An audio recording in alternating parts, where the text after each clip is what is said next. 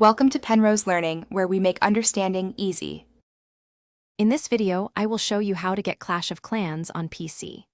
The first step involves selecting a reliable Android emulator, which acts as a virtual phone on your computer.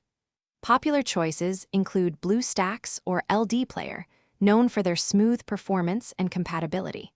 These emulators allow you to run almost any Android app directly from your desktop, opening up a world of possibilities beyond just gaming. We will explore how to get these set up quickly.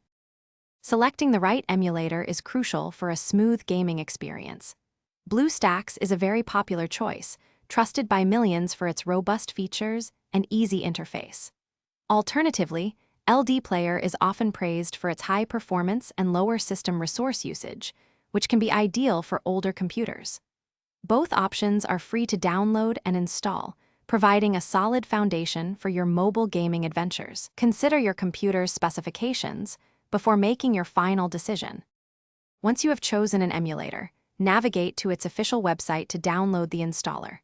Look for the prominent download button, usually green or blue, on the home page. The download should only take a few minutes, depending on your internet speed. After downloading, locate the installer file in your Downloads folder and double-click it.